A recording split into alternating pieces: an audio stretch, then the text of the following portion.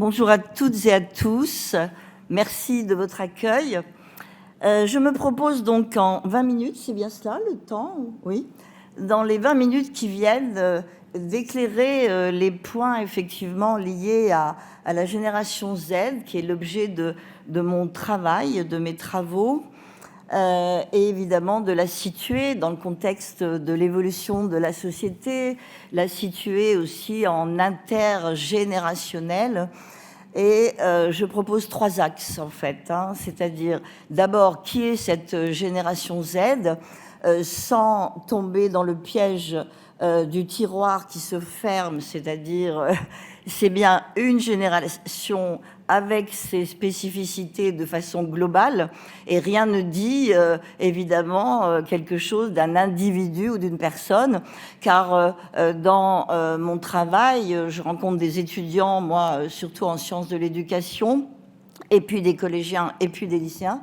Et évidemment, il y a des étudiants, des lycéens qui se trouvent dans leur attitude, dans leur posture, à leur place, à la contrée de plusieurs générations. C'est-à-dire ils ont un petit peu des spécificités de la génération Z, un petit peu de la génération boomer, un petit peu de leur arrière-grand-père vétéran. Enfin, et donc le piège, surtout dans le domaine qui est le mien, sciences de l'éducation, les futurs enseignants qui vont former donc des enfants qui connaîtront le 22e siècle et qui dans 10 ans seront au quotidien avec des humanoïdes et des robots.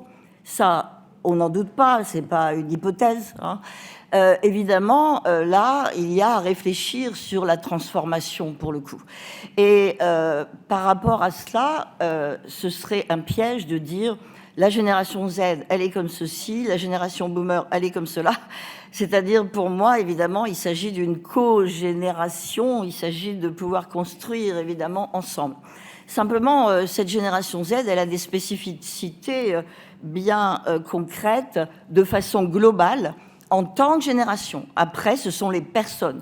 Quand vous accueillez une personne aux urgences, évidemment, vous la voyez comme une humaine, une personne humaine, un humain, et vous n'allez pas tout de suite dire, bon, ça c'est Z, et ça c'est Y, et ça c'est X. Donc, Z, si je dis, je ne me mets pas à votre place, là j'émets une hypothèse, si je dis votre niveau de douleur est de 0 à 10, vous diriez quoi? 3, 7?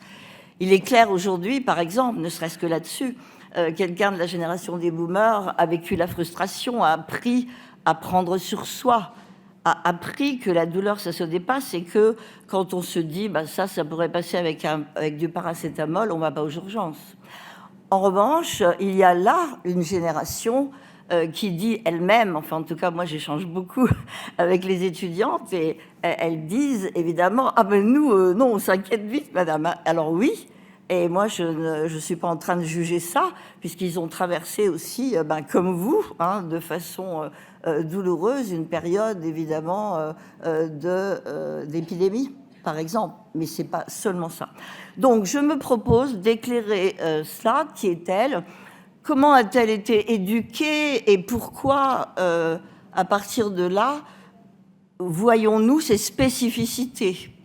Et après, je proposerai donc, en formation, de mettre en valeur ses atouts, ses points forts et ses besoins en termes de formation. Et donc, en tant que formatrice de mon côté, bien sûr, je prends cela en compte dans les formations que j'anime, mais encore une fois, sans vraiment me dire, là, attention, je ne dis pas que je forme une génération Z, il y a évidemment des personnes, il y a des humains. Et donc, pour moi, c'est le piège, et c'est pourquoi je pose cela dès le début, parce que effectivement, mon approche, c'est pas encadrer en termes de caractérisation chaque personne qui appartiendrait à cette génération. Voilà. Alors, je prends d'abord cette question de la génération Z, qui est-elle ? Elle arrive après la génération des vétérans, ses arrière-grands-parents aujourd'hui, qui sont nés vers 1925-1930. Ensuite, les boomers. Ensuite, la génération X. Ensuite, la génération Y. et la génération Z. Alors, ce répertoire un peu sociologique vient des anglo-saxons. Aux États-Unis, par exemple, ils ont l'habitude de dire qu'ils en sont à la 13e génération après l'indépendance. Pour eux, effectivement, la distinction entre générations est importante. Un peu moins chez nous, c'est venu en fait assez tardivement. N'empêche qu'aujourd'hui, on a effectivement quelque chose qui est bien présent, hein, le raisonnement sur les générations.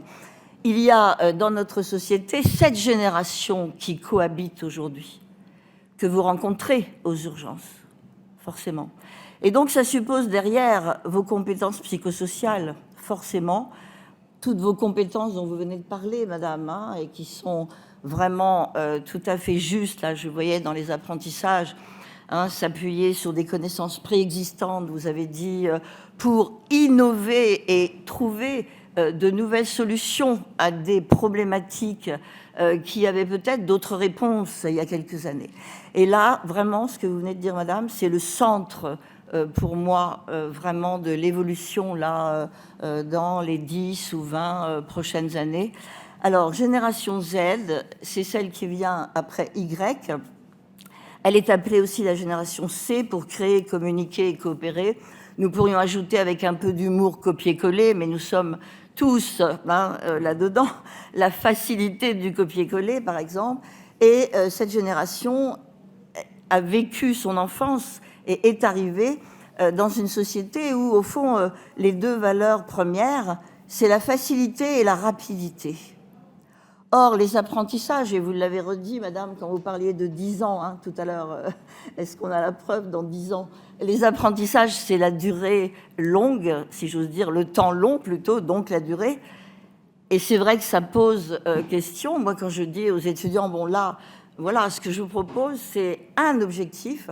Quand vous allez avoir des élèves devant vous, bientôt, hein, s'ils sont en L1, L2, L3, en licence ou en master, là, l'objectif premier, c'est qu'ils demeurent humains en 2035 ou en 2050.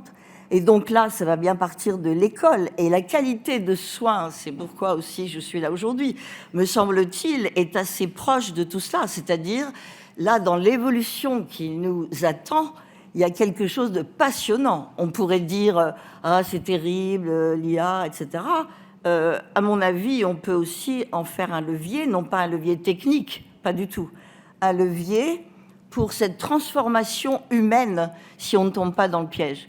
Le directeur numérique de chez Orange, en termes de consignes pour les employés qui utilisent l'IA, hein, l'IA générative, entre autres, eh bien, il y a vraiment une consigne très précise. On ne doit jamais dire bonjour à ChatGPT, si c'est ChatGPT. On ne doit jamais lui dire merci, ni monsieur, ni madame. Pourquoi font-ils ça chez Orange? Le directeur nous disait, eh bien, parce que là, on va le prendre pour un humain. À un moment donné, on va être embarqué là-dedans. Et l'auteur de l'ouvrage Cyberpunk, qui montre où on en est, en tout cas, ça me paraît très cohérent, cet ouvrage, ça n'est que moi qui parle, hein, bien sûr, eh bien, elle dit, cet auteur, nous ne serons pas remplacés par l'IA, rassurons-nous. Et elle ajoute, après une virgule, nous serons programmés par l'IA. Et donc, évidemment, pour nos formations, me semble-t-il, il y a un souffle à construire là. Hein, cette société qui manque de souffle, eh bien, je pense que l'IA, nous pouvons en faire un levier, à condition de bien la considérer non pas comme une personne à qui on parle. Hein, dans l'IA conversationnelle, c'est très vite fait. Et si on dit bonjour et merci, à qui je dis bonjour et merci? Elles sont où mes compétences avec l'autre, l'humain, l'altère, l'autre, l'altérité là? Et effectivement, il y a un piège là. Je prétends que quand même les humains ont suffisamment de bon sens, en tout cas en stock, hein, pour dépasser ça et en faire un levier et dire, ben, avec l'IA, il faut de toute façon être excellent. Hein, vous avez parlé d'expertise aiguisée, hein, c'est pas le mot que vous avez employé, mais c'est l'équivalent. Là, il s'agit de former donc des professionnels vraiment dans l'expertise aiguisée. D'où l'importance pour moi de l'école et de l'éducation, car là, il y a tout à repenser, mais pour justement demeurer humain, il va falloir être excellent, c'est-à-dire le fait d'encourager chez l'enfant, chez l'adolescent, à l'école et dans la famille, sa propre excellence, étant entendu que pour moi, nous portons tous en nous une excellence. Il s'agit de la rechercher. Et à partir du moment où on sort de la rapidité et de la facilité, à un moment donné, on retrouve quelque chose de profondément humain, qui est évidemment le dépassement aussi, l'effort, un petit peu de courage. Enfin, il y a des valeurs là qui me semblent intéressantes à développer. En tout cas, donc, c'est une génération millennials, troisième époque, l'époque des réseaux sociaux, donc ça change tout. La deuxième révolution industrielle. Donc, ça n'est pas juste, c'est ce qu'on en fera hein, de l'IA. C'est un outil. Après, c'est chacun. Ah non, non, pas du tout. Pas du tout. Ça n'a rien à voir. Quand il y avait l'informatique, on s'adaptait à l'informatique. Mais là, nous sommes tous traçables. Enfin, ça y est, on est dedans. Donc, à partir de là, avec le numérique, cette première génération, et la génération qui suit, c'est-à-dire la génération alpha, et la génération bêta qui vient après, c'est pourquoi il y en a 7 en tout dans la société, eh bien, la génération alpha, elle, est née dedans. Et entre avec et dedans, il y a une différence par rapport, évidemment, à des attitudes humaines. Un sociologue dit, par exemple, en termes d'hypothèse, que pour la génération alpha, ça ne posera pas problème d'avoir un tatouage connecté. Or, pour la génération Z, non. Il y a une étude là-dessus, la génération Z dit, bah oui, il y a mon smartphone qui est le prolongement de moi-même, mais non, un tatouage connecté pour la porte de garage, non, en fait. Donc, c'est tout à fait différent en termes d'attitude, et ça nous projette, évidemment, au-delà des apprentissages. Donc, c'est une génération qui devra apprendre, se former tout au long de la vie. Je rappelle qu'ils ont aujourd'hui entre 16 et 25 ans, 16 et 24 ans. Et à partir de là, c'était vrai aussi auparavant, se former. Mais là, il n'y a plus le choix du tout, car sinon on est vite follower ou followers. On est sur la touche très très vite, puisque tout est vraiment rapide, ça file. Donc, au lieu de suivre, il s'agit aussi d'arriver à anticiper, quoi. Alors, ils auront évidemment 10 à 12 projets professionnels dans leur vie, avec des modèles de travail variés, soit le modèle slasher avec le slash de l'ordinateur, là, plusieurs activités en même temps, ou plusieurs projets qui effectivement se succèdent. En tout cas, déjà, nous sommes dans cette perspective-là, et c'est fort intéressant, bien sûr. Alors, j'appuie là, et est-ce que j'appuie au bon endroit? Non? Qu'est-ce que j'ai fait là? Vous voyez, la compétence technique, voilà. Ah oui, j'appuie en dessous. Donc, merci beaucoup. Je me propose de tracer le contexte de société dans lequel ils sont nés, dans lequel ils évoluent. Un contexte de société mutante, ça n'est pas une société en évolution. C'est la grande mutation, c'est le bouleversement, voire les turbulences. On est tous bousculés, évidemment. Il y a des repères, par exemple, de vocabulaire avec lesquels on ne peut pas forcément s'exprimer auprès de telle et telle personne, parce que le vocabulaire que nous employons et auquel nous sommes habitués, eh bien non, ça n'est pas entendu. Je demandais à un élève de seconde dans l'accompagnement avec lui, je lui ai dit, est-ce que tu l'as mémorisé, cette notion-là? Il y avait une notion à mémoriser. Bon. Alors, lui me dit, ah oui, madame, c'est bon, je l'ai en mémoire. Et tout d'un coup, je me dis, mais il ne parle pas de la même mémoire que moi, en fait.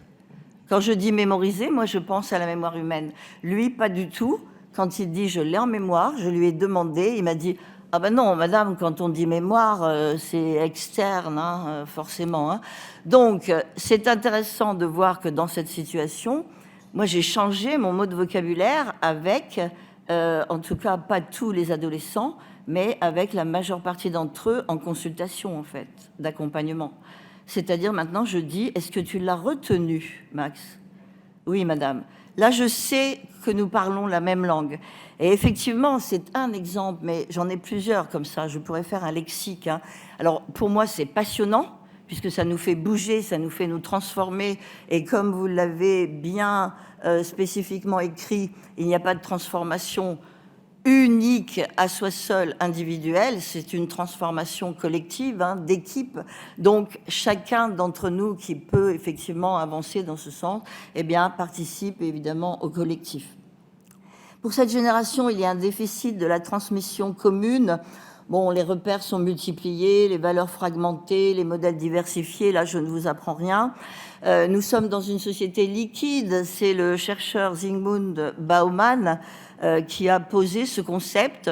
Une société liquide dans laquelle nous n'avons plus beaucoup de branches auxquelles s'accrocher, où il y a plutôt de la défiance, hein, ou de la méfiance que de la confiance. Et donc, là, il y a quelque chose, évidemment, d'important à noter pour construire autre chose, évidemment. Les communautés émotionnelles, qui n'aident pas toujours les apprentissages non plus, j'y reviendrai. Et pour cette génération, il y a la planète à réparer. Et j'ai posé la question, seul, point d'interrogation, car ce qu'ils disent, c'est que ça pèse lourd, tout ça. Ils ont l'impression que, effectivement, on les charge, quasiment missionnés, on les charge de réparer la planète comme si les autres générations l'avaient abîmée et n'avaient pas pensé à eux, en fait, hein. Donc, à un moment donné, là, il y a quelque chose, évidemment, sur lequel, évidemment, réfléchir. Alors qu'a priori, nous sommes plusieurs générations à nous occuper de la planète aujourd'hui. Il y a 3 points, pour moi, dans cette génération, par rapport à ce qu'ils ont vécu dans leur enfance et encore aujourd'hui. 3 points qui peuvent freiner l'apprentissage, qui peuvent freiner la formation. Le premier, c'est qu'on est passé en 15 ans, là, dans notre société, de la verticalité transmissive à l'horizontalité négociatrice. Alors, je m'explique avec ce schéma. Verticalité, c'est le schéma classique de toutes les générations, évidemment, jusqu'au début des années 2000, c'est-à-dire les parents, les enseignants, qui transmettent, car ils ont une expérience de vie, qui transmettent à leurs enfants ou aux élèves. Donc là, il y a une verticalité. Et à partir de là, il y a un bouleversement quand, il y a 15 ans, commence à s'installer l'horizontalité, c'est-à-dire toutes les générations sur le même plan, en fait. Et donc, le verbe négocier a souvent remplacé le verbe éduquer, par exemple, hein. Même dans des situations assez quotidiennes, hein, bon, moi, je veux pas manger d'épinards, mais je veux manger des frites. On imagine le dîner, là. Et non, ce sont des épinards, et voilà. Et là, les générations d'avant ne se posaient pas la question. Alors que là, il va y avoir... non, moi je veux des frites, c'est l'insistance. Et puis, à un moment donné, l'un des parents dire écoute, on n'en a pas de frites, hein. Ah ben si, hein, j'en ai vu dans le congèle, hein. Donc, à un moment donné, il y a évidemment l'horizontalité, toutes les générations qui apportent leur pierre, en fait, à cet édifice de la société. Donc, horizontalité, parents-enfants sur le même plan, avec pour les parents de la difficulté à transmettre, particulièrement difficulté à poser des limites, à dire non. Hein, c'est une génération particulière, là, à laquelle on a souvent dit oui, oui, oui, parce que l'objectif, c'est leur bien-être. Et je fais une petite parenthèse là. Dans une récente interview, le président chinois, à la question d'un journaliste, mais comment se fait-il que TikTok en Europe, en tout cas en Occident, c'est pas la même chose que chez vous? On voit pas les mêmes choses. Et le président répond ah ben non, mais chez nous c'est pas pareil. Chez nous, les enfants c'est l'avenir.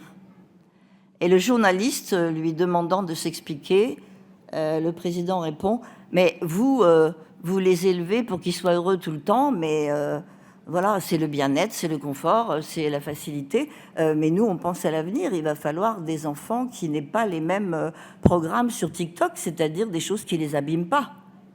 Or là, vous voyez, là, tic-tac va remplacer tout ça. Je pense qu'on va vers du mieux quand même. Mais interdire avant 15 ans les réseaux sociaux, moi j'attends ça depuis 15 ans. Et je me dis alors un peu de courage là. Il y a des établissements, des chefs d'établissement scolaires qui ont déjà interdit ça depuis bien longtemps. On n'en parle pas, mais on voit bien ce que ça change dans leurs établissements. Enfin moi en tout cas je le vois par rapport évidemment à là où je me trouve. Et de l'horizontalité, on est passé dans certaines familles, hein, pas dans toutes, de la verticalité à l'horizontalité et à la verticalité inversée, c'est-à-dire certains enfants, certains adolescents deviennent les parents de leurs propres parents. Et évidemment, ça peut poser question, par exemple, dans des familles monoparentales, avec l'adolescent de 14 ans qui, lui, est devenu le petit homme de la famille.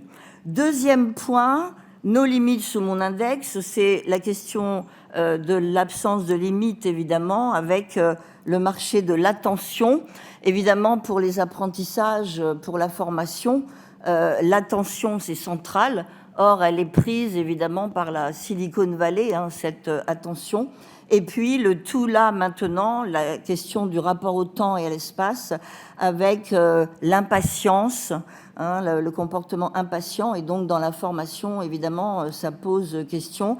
Il y a la notion de présentisme que l'historien François Hartog a posé là, c'est-à-dire on vit dans le présent et le passé, le présent et le futur sont confondus.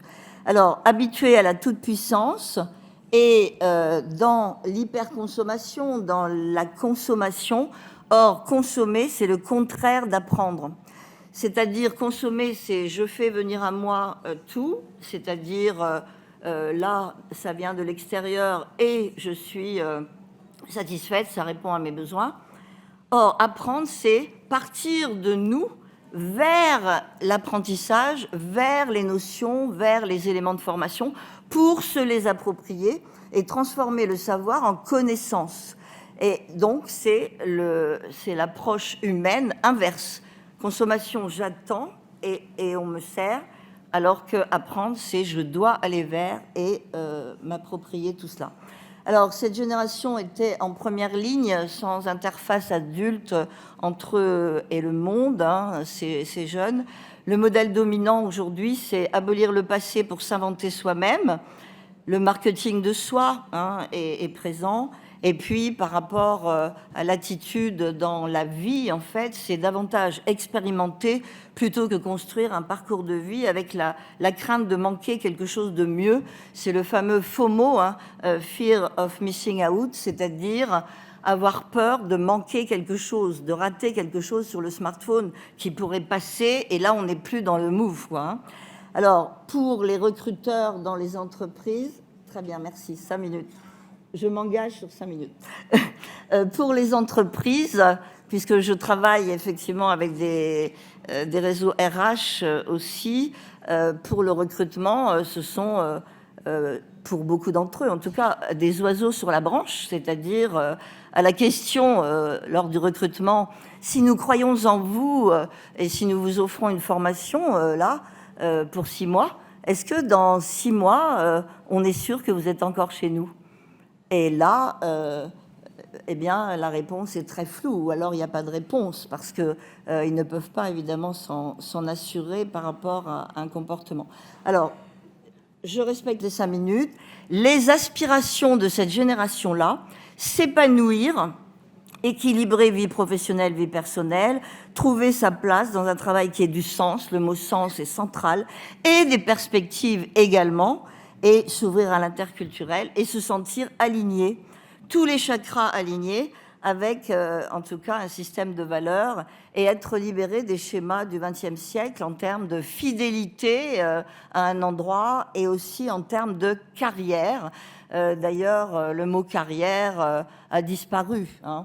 Un élève de 6e que j'accompagnais récemment me dit oh ben nous on se démotive madame parce que la prof principale elle nous dit des choses franchement c'est pas drôle.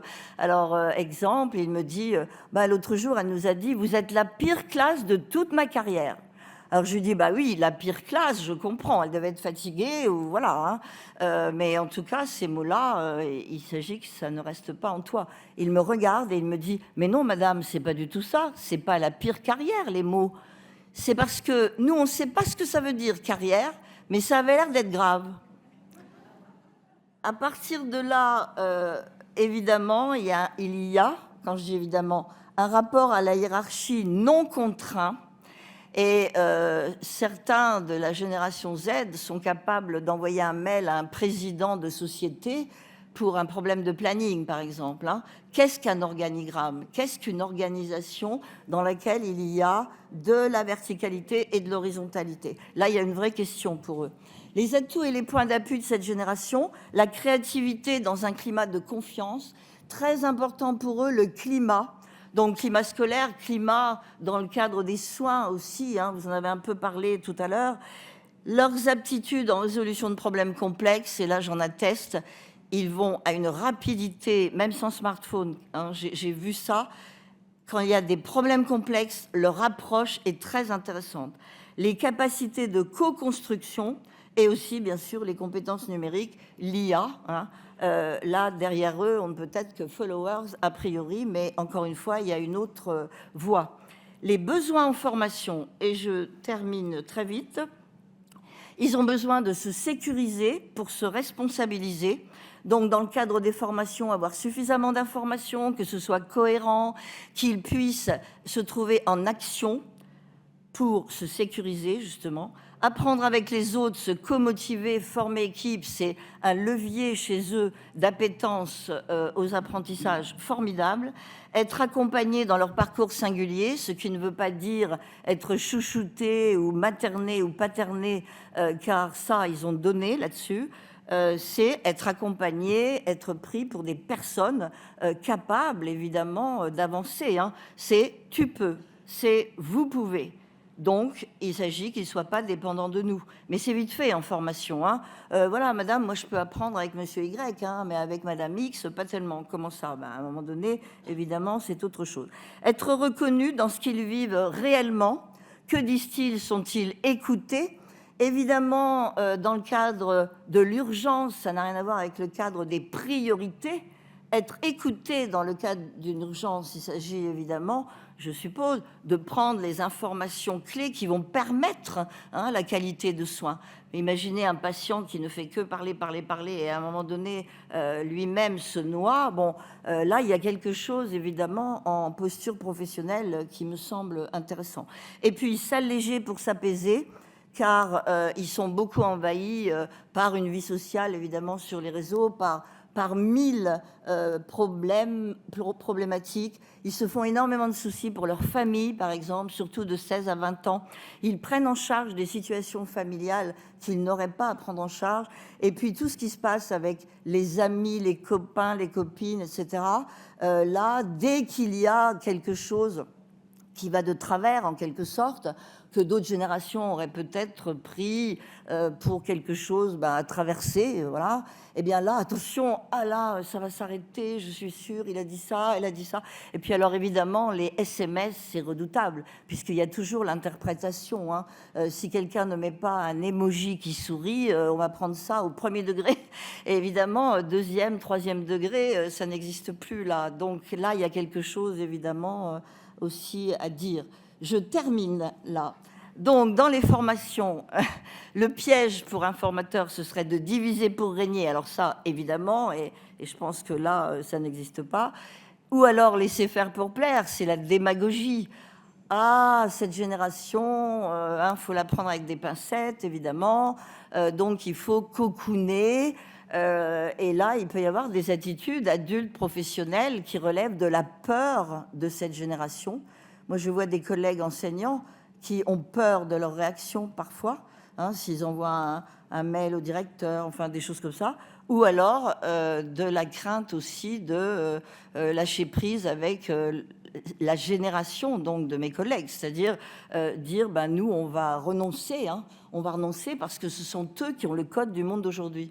Ben non, parce qu'il y a, comme vous le disiez, des compétences dans l'acquisition par rapport aux pratiques professionnelles acquises en tant qu'humain, donc objet de réflexion, de réflexivité, ce que l'IA ne pourra jamais faire puisqu'elle ne réfléchit jamais, elle ne pense pas, elle n'est pas consciente de ce qu'elle produit.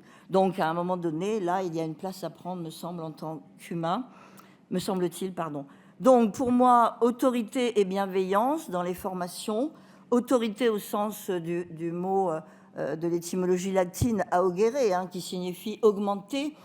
Donc un formateur qui s'affirme avec autorité et bienveillance, il permet aux apprenants de prendre leur place, d'être eux-mêmes leurs propres auteurs par rapport aux connaissances, etc., au savoir-faire, au savoir-être, pour évidemment, à un moment donné, dire « je », quoi, hein, s'affirmer en respectant les autres avec bienveillance. Donc, autorité et bienveillance s'articulent, de vrai oui et de vrai non. Et puis, pour cette génération, 3 points. Sécuriser, valoriser, guider. Ils sont très peu guidés, je trouve.